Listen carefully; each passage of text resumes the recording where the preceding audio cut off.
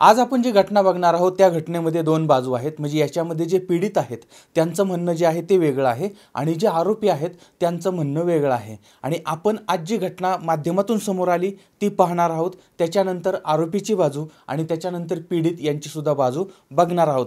तर सुरुवात करू आपण. घटना नक्की काय आहे तर नवी मुंबई या ठिकाणचं उल्वे-नूड, त्या ठिकाणचं श्यामसेट टॉवर आणि या ठिकाणी राहत आहेत श्यामकांत तुकाराम नाईक. यांचं वय साधारणपणे 80 वर्षाच्या आसपासचं आहे आणि त्यांना एक मुलगी आहे, एक मुलगा आहे. आणि नाईक परिवार जो आहे तो सुशिक्षित आहे, संस्कारी आहे, धार्मिक अशा पद्धतीचा हा परिवार आहे. आणि त्याचबरोबर ती आर्थिक संपन्नता सुद्धा यांची आहे. तर यांच्याकडे दुकानं आहेत, जागा आहे, प्लॉट आहे, फ्लॅट आहे, अशा पद्धतीनं करोडोची संपत्ती आहे. म्हणजे सर्वसंपन्न अशा पद्धतीचा हा परिवार आहे. आता श्यामकांत नाईक यांचं वय 80 वर्षाचं झालेलं होतं, तरीही ते काम करत होते, दुकान गोडाऊन वगैरे सांभाळत होते. तारीख आहे 29 ऑगस्ट 2021. आता या दिवशी श्यामकांत हे त्यांच्या बामणडोंगरी हा जो भाग आहे त्या भागामध्ये त्यांचं जे गोडाऊन आहे त्या गोडाऊनकडे गेलेले होते. आता त्यानंतर मग तिथून ते कुठं गेले, काय गेले, कोणाला काही कळलेलं नव्हतं. पण त्या दिवशी ते घरी आले नाहीत. आता घरातली मंडळी जी आहेत ती काळजीमध्ये पडलेली होती आणि मग त्यांनी त्यांच्याशी संपर्क करण्याचा प्रयत्न केला, फोन करण्याचा प्रयत्न केला, पण फोन स्विच ऑफ होता, फोन बंद होता. आणि मग ते ज्या ठिकाणी जाऊ शकतात तर त्या ठिकाणी त्यांनी चौकशी करायला सुरुवात केली, पण श्यामकांत यांचा काहीही तपास लागला नाही. आणि मग दुसऱ्या दिवशी श्यामकांत यांच्या मुलाने शेखर यांनी सागरी पोलिसांमध्ये त्यांचे वडील गायब झालेत अशा पद्धतीची तक्रार दाखल केली आणि श्यामकांत यांच्या तपासाला सुरुवात झाली. पण प्रश्न हा होता की एक 80 वर्षाचे गृहस्थ, 80 वर्षाचे ज्येष्ठ नागरिक कुणालाही न सांगता कुठे गेले असतील आणि का गेले असतील. आता एका बाजूला हा पोलिसांचा तपास चालला होता आणि काही दिवस गेले आणि दुसऱ्या बाजूला 4 सप्टेंबर 2021 या दिवशी डिसोजा बिल्डिंग जी आहे त्या बिल्डिंगच्या परिसरातल्या पाठीमागच्या साईडला एक पाण्याचा साठा होता. आता त्याच्यामध्ये मृतदेह पडलेला होता एक, आणि म्हणजे एका ज्येष्ठ नागरिकाचा तो मृतदेह वाटत होता. त्या ज्येष्ठ नागरिकाचं डोकं फुटलेलं होतं आणि अगदी शरीर वगैरे ते सडलेलं होतं, आळ्या पडलेल्या होत्या, प्रचंड दुर्गंधी पसरलेली होती. आता ही जी माहिती आहे ती माहिती NRI सागरी पोलीस जे आहेत त्या पोलिसांना समजले. त्यानंतर पोलीस त्या ठिकाणी पोहोचल्यानंतर ती बॉडी बाजूला घेण्यात आली, पंचनामा वगैरे करण्यात आला आणि मृतदेह जो आहे तो वाशी या ठिकाणचं सरकारी रुग्णालय जे आहे त्या ठिकाणी पोस्टमॉर्टमला पाठवलं आहे. आता हा मृतदेह कोणाचा होता हे मात्र अजून कळालेलं नव्हतं. पोलिसांनी मिसिंगची तक्रार शोधायला सुरुवात केली की बाबा या परिसरामध्ये कोणी गायब झालेलं आहे का, मिसिंग झालेलं आहे का. आता यावेळेस श्यामकांत नाईक यांची मिसिंगची तक्रार होती आणि ती सापडली. आता याच्यामध्ये श्यामकांत यांचं जे वर्णन आहे ते वर्णन आणि सापडलेला जो मृतदेह आहे त्याचं वर्णन हे थोडंफार जुळत होतं. आता त्यामुळे मग पोलिसांनी श्यामकांत यांचे जे नातेवाईक आहेत त्या नातेवाईकांकडे संपर्क साधला, त्या मंडळींना बोलावून घेतलं आणि मग वाशी या ठिकाणच्या शवागृहामध्ये ती मंडळी गेली आणि त्यांनी त्या ठिकाणी पाहिलं आणि तो जो मृतदेह आहे तो मृतदेह त्यांच्या मुलानं ओळखला. म्हणजे श्यामकांत यांची हत्या झालेली होती हे या ठिकाणी स्पष्ट झालं. पण आता महत्त्वाचा सवाल होता तो म्हणजे श्यामकांत यांची अशा पद्धतीनं, अत्यंत निर्दयी पद्धतीनं हत्या कोणी केली. ते 80 वर्षाचे होते, एक धार्मिक व्यक्ती होते, कोणाशीही त्यांची दुश्मनी असू शकते का. आता पोलिसांनी त्यांच्या घरच्यांकडून सुरुवातीला माहिती घेतली.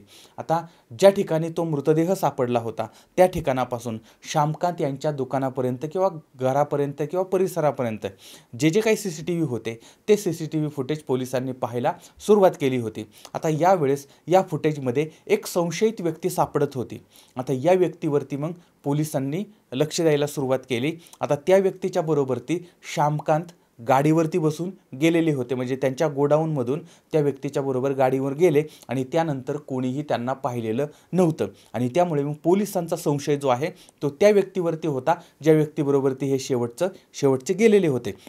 आता त्यामुळे मग त्या व्यक्तीला पोलिसांनी ताब्यात घेतलं. या व्यक्तीचं नाव होतं मोहन चौधरी.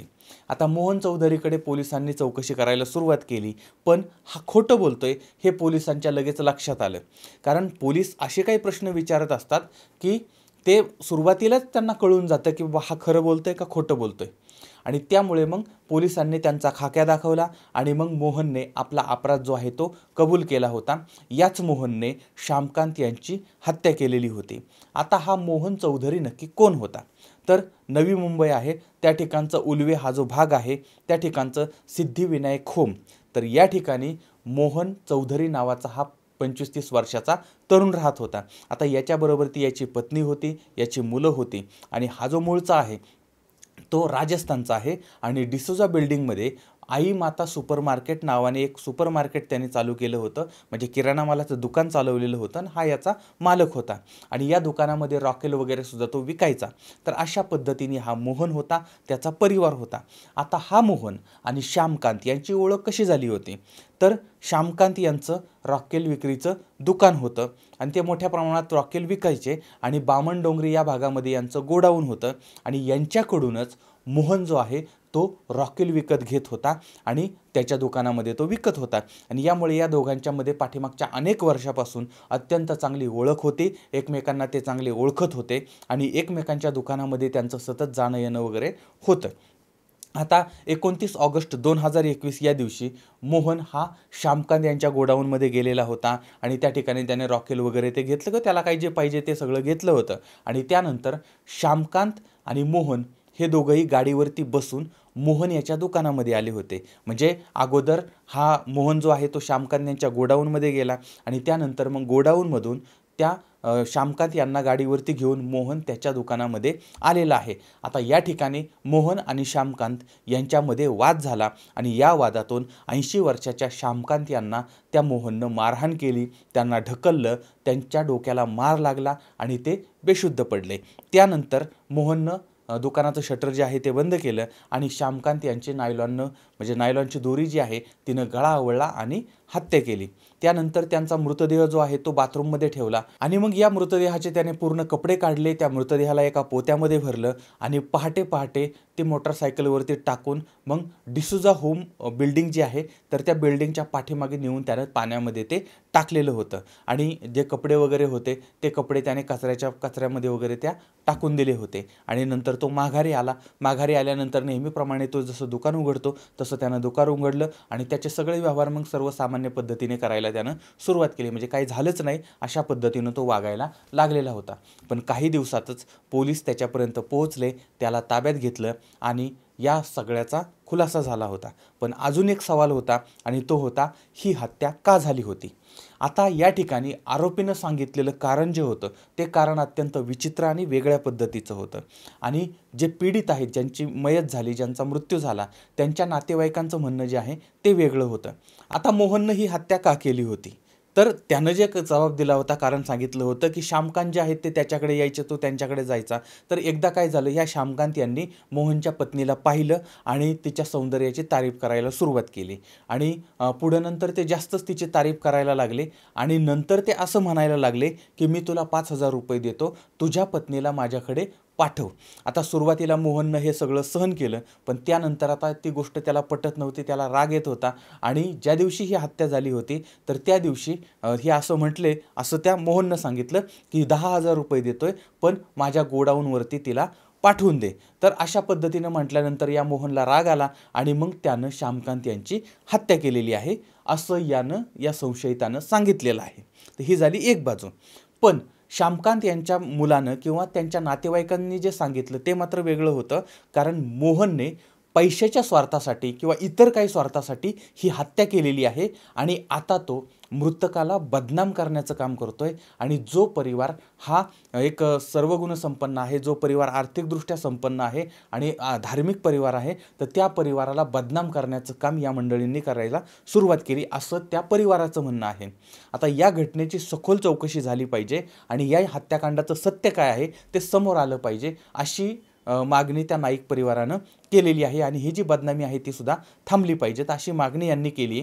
आता श्यामकांत हे 80 वर्षाचे होते, धार्मिक वृत्तीचे होते, अतिशय चांगल्या स्वभावाचे होते आणि त्यांना नाहक बदनाम केलं जाते आणि या प्रकरणाला वेगळं वळण देण्याचा प्रयत्न या ठिकाणी आरोपी करतो आहे आणि स्वतःची कातडी वाचवण्याचा प्रयत्न करतोय असं सुद्धा या ठिकाणी या परिवारानं म्हणजे विनंती केलेली आहे की लवकरात लवकर तपास करावा.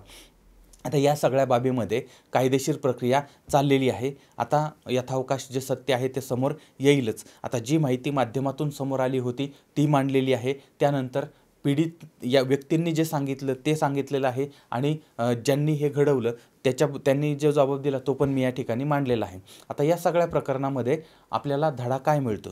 आता समजा म्हणजे आता हे प्रकरण बाजूला राहू द्या, पण अशा पद्धतीची जर घटना समोर आली तर त्यावेळेस व्यक्तीनं काय केलं पाहिजे? तर एखाद्या व्यक्तीचे जर विचार पटत नसतील किंवा त्या व्यक्तीचं वागणं पटत नसेल, वागणं आवडत नसेल किंवा व्यवहार पटत नसेल, तर अशा व्यक्तीपासून दूर जाणं, त्या व्यक्तीपासून संपर्क तोडणं किंवा संपर्कात न राहणं, अशा पद्धतीनं जर केलं तरच मला वाटतं. नाही तर काय होतं की कोणता तरी अविचार करणं, हिंसात्मक विचार करणं, समोरच्या व्यक्तीवर हल्ला करणं, मारहाण करणं, मारणं, ह्या गोष्टीचा स्वप्नातही विचार करू नका. काय करायचं असेल तर बाबा त्या व्यक्तीपासून आपण दूर व्हावं. दुसरी गोष्ट, ज्येष्ठ नागरिकांनी सुद्धा स्वतःची काळजी घेतली पाहिजे. म्हणजे आजकाल काय झालं आहे, लहान मुलं आणि ज्येष्ठ नागरिक यांना टार्गेट केलं जातं, कारण हे सॉफ्ट टार्गेट असतं आणि त्यांना टार्गेट करणं सोपं जातं आणि त्यामुळे मग त्यांच्यावरती जास्तीत जास्त अटॅक होतात. त्यामुळे ज्येष्ठ नागरिक म्हणजे लहान मुलांची काळजी बाकीची माणसं घेतात, पण ज्येष्ठ नागरिकांनी स्वतःची काळजी स्वतःच घेतली पाहिजे. आता याबद्दल तुमचं मत काय आहे तेही मला जरूर कळवा. तुम्ही या भागातील असाल आणि याबद्दलची वेगळी अधिक माहिती असेल तर ते सुद्धा तुम्ही जरूर कळवा. पुन्हा भेटूया उद्या रात्री 8:30 वाजता एका नवीन क्राईम स्टोरीसह. तोपर्यंत धन्यवाद.